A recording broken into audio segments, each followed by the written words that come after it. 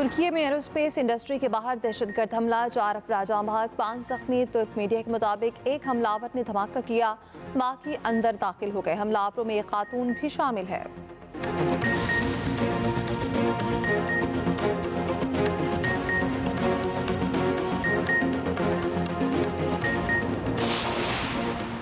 वज़ीर-ए-आज़म शहबाज शरीफ की तुर्की में दहशतगर्द हमले की शदीद मसम्मत। तुर्क सदर और आवाम से इज़हार ताज़ियत, ज़ख्मियों की जल्द सेहतयाबी के लिए दुआ।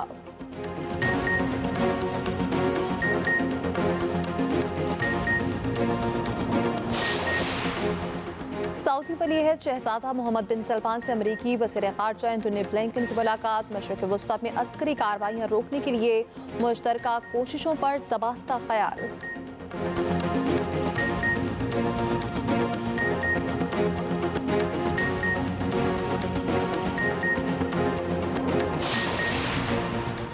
एमक्यूएम के रुकन कौमी असम्बली राना अंसार के बेटे शाहजेब की नमाज जनाजा अदा। मुकामी कब्रिस्तान में तदफीन। एमक्यूएम चेयरमैन खालिद मकबूल सदीकी समेत सियासी रहनुमाओं की शिरकत।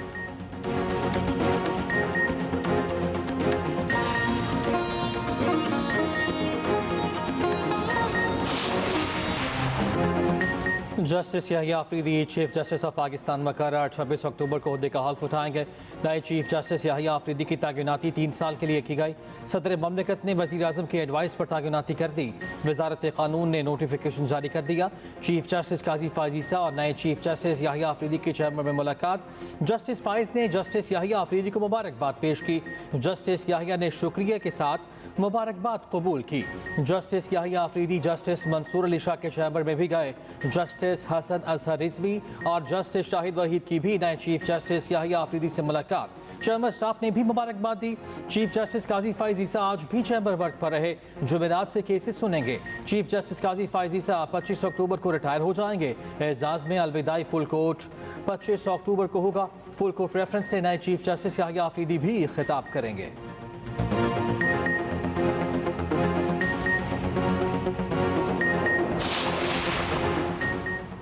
जस्टिस याहिया अफरीदी की बतौर चीफ जस्टिस पाकिस्तान तकर्रुरी पर वकला तंजीमों का खैर मकदम। मुख्तलिफ बार काउंसिल्स की जस्टिस याहिया अफरीदी को चीफ जस्टिस बनने पर मुबारकबाद। सिंध, लाहौर, खैबर पख्तूनख्वा बार काउंसिल्स का जस्टिस याहिया अफरीदी की बतौर चीफ जस्टिस तकर्रुरी का खैर मकदम। इस्लामाबाद और बहावलपुर बार काउंसिल्स का भी खैर मकदम। भरपूर ताउन का यकीन दिलाया। खैबर पख्तूनख्वा बार ने कहा जस्टिस याहिया अफरीदी की चीफ जस्टिस तैनाती के फैसले को खराज तहसीन पेश करते हैं।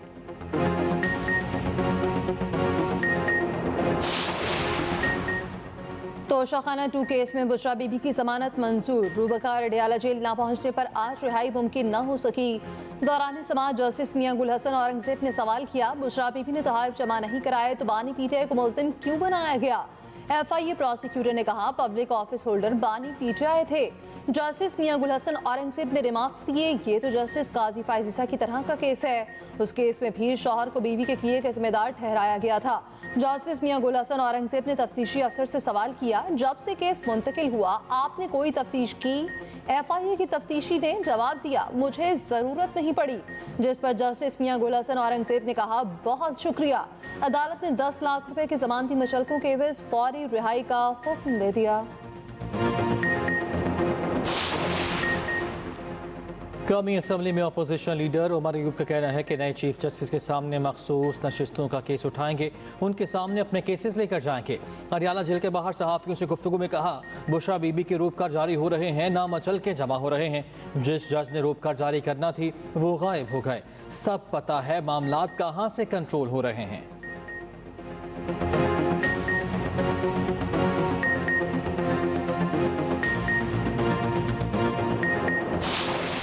Speeches, resolutions and commitments are still to see the light of the day, whether these are Security Council resolutions or other international forums including ICJ at Hague. Nothing has helped in bringing ceasefire. My dear students, our hearts are there for you, our houses are there for you, our institutions are there for you, our teachers are there for you. Everything we can do will not be enough to make you comfortable in Pakistan. दुनिया गजा में जंगबंदी कराने में नाकाम रही, आलमी अदालत इंसाफ भी Israel को ना रोक सकी। वजीर आजम शहबाज शरीफ का फलस्तीनी तलबा से खिताब, कहा इसराइली फौज गजा में जुल्म और नस्लकुशी कर रही है। सलामती कौंसिल की करारदादें और आलमी अदालत इंसाफ भी बेबस नजर आ रही है। फलस्तीन में शहर के शहर और गाँव के गाँव तबाही के मंजर पेश कर रहे हैं।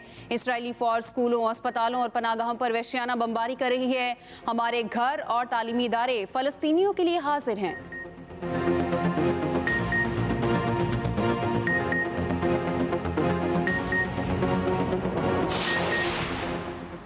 सुप्रीम कोर्ट ने पहला मुकदमा आईनी बेंच को भेज दिया। जस्टिस मंसूर अली शाह की सरबराही में 3 रुकनी बेंच ने बरतरफ मुलाजमीन का केस आईनी बेंचेस को भेजा। समाअत के दौरान जस्टिस मंसूर अली शाह ने कहा, इस केस में आईनी सवाल है। 26वीं आईनी तरमीम में कहा गया, आईनी केसेस आईनी बेंचेस सुनेंगे, आईनी बेंचेस बनेंगे, वही तयन करेंगे।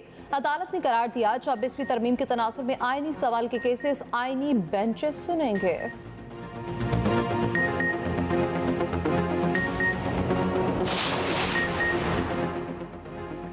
पीटीआई का बानी पीटीआई से मुलाकात पर पाबंदी खत्म करने का मुतालबा। कोर कमेटी इजलास में एहतजाज और मुल्की तहरीक की तैयारियों के लिए ज़ैली कमेटियां बनाने पर इत्तफाक हुआ। शो कॉज नोटिस के इजरा के सियासी कमेटी के फैसले की तौसीक।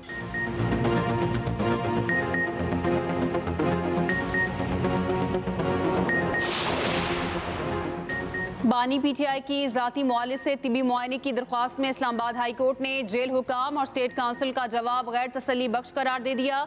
जस्टिस मियां गुल हसन औरंगजेब ने कहा, आप लोगों का रवैया काबिल तारीफ नहीं है। बानी पीटीआई अंडर ट्रायल कैदी हैं, इस पर ऑर्डर जारी करेंगे। स्टेट काउंसिल ने बताया, जेल में तिबी मुआयने के लिए डॉक्टर्स मौजूद हैं। हफ्ते में 3 बार मुआयना होता है। जेल में मुलाकातों पर 25 अक्टूबर तक पाबंदी है। बानी पीटीआई के वकील सलमान अकरम राजा ने इस्लामाबाद हाई कोर्ट में शिकायत की। बानी पीटीआई के सेल में कई रोज से बिजली नहीं, कॉरिडोर तक जाने नहीं दिया जाता, वकला से भी मिलने की इजाजत नहीं। अदालत की अलग से दरख्वास्त दायर करने की हिदायत। बानी पीटीआई से मुलाकात ना कराने पर तौहीन अदालत की दरख्वास्त पर समाअत। इस्लामाबाद हाई कोर्ट ने सुप्रिंटेंडेंट जेल को कल के लिए नोटिस जारी कर दिया।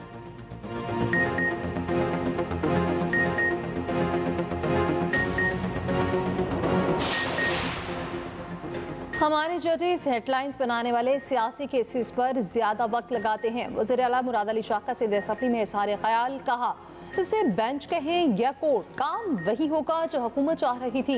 ये बेंचेस सूबों में बनेंगे। साइल को अपनी दरख्वास्त के लिए साल हर साल इंतजार नहीं करना पड़ेगा। सिंध के सीनियर वज़ीर शर्जील पेपर ने कहा, अदलिया की जानिब से जमहूरियत पर शब खून मारे गए। चंद जजेस ने मुंतखब वज़ीर आज़म को घर भेजा। पीटीआई हमेशा आमरीत की आलाकार रही है।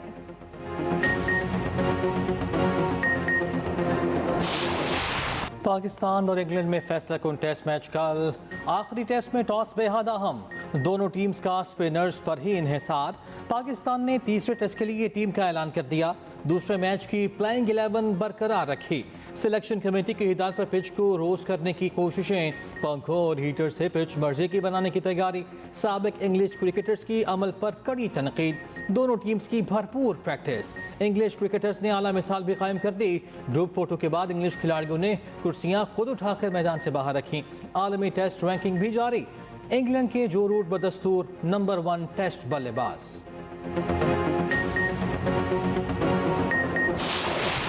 बागों का शहर स्मॉग के हाथों यरकमा। लाहौर की फ़ज़ा में सांस लेना इंतहाई ख़तरनाक। दुनिया के आलूदा तरीन शहरों में सरफहरिस्त शहरी मुख्तलिफ बीमारियों में मुब्तला होने लगे। बच्चे और बुजुर्ग स्मॉग का शिकार बनने लगे। लाहौर में स्कूलों के औकात कार तब्दील। स्कूल सुबह 8:45 बजे लगेंगे। बच्चों की अपनी क्लासरूम में होगी। आउटडोर सरगर्मियाँ मुअत्तल करने की हिदायत। नए औकात कार 28 अक्टूबर से 31 जनवरी तक नाफिज रहेंगे। सीनियर वज़ीर पंजाब मरीम औरंगजेब का कहना है, बच्चे और बुजुर्ग बिलावजह सफर और ओपन सरगर्मियों से गुरेज करें। घरों की खिड़कियां दरवाजे बंद रखें। ज्यादा देर खुली जगहों पर ना रहें।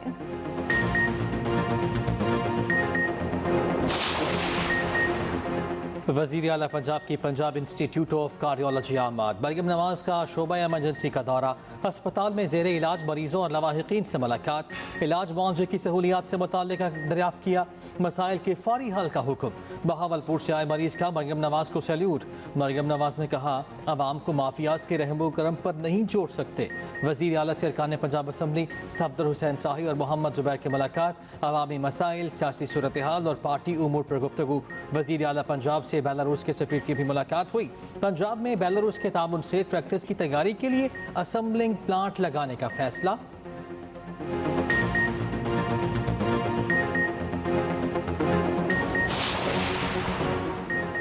साइबर क्राइम्स में मुलविस अफराद को 5 से 15 साल तक सजा होगी, भारी जुर्माने होंगे।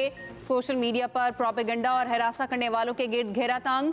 विफाकी काबीना ने national cyber crimes investigation agency के रूल्स की मंजूरी दे दी। NCCIA पूरे इख्तियारात के साथ फाल। कानून के मुताबिक NCCIA आलमी इदारों से राब्ते की मजाज भी है। निगरान हुकूमत ने 2023 में NCCA के क़याम की मंजूरी दी थी।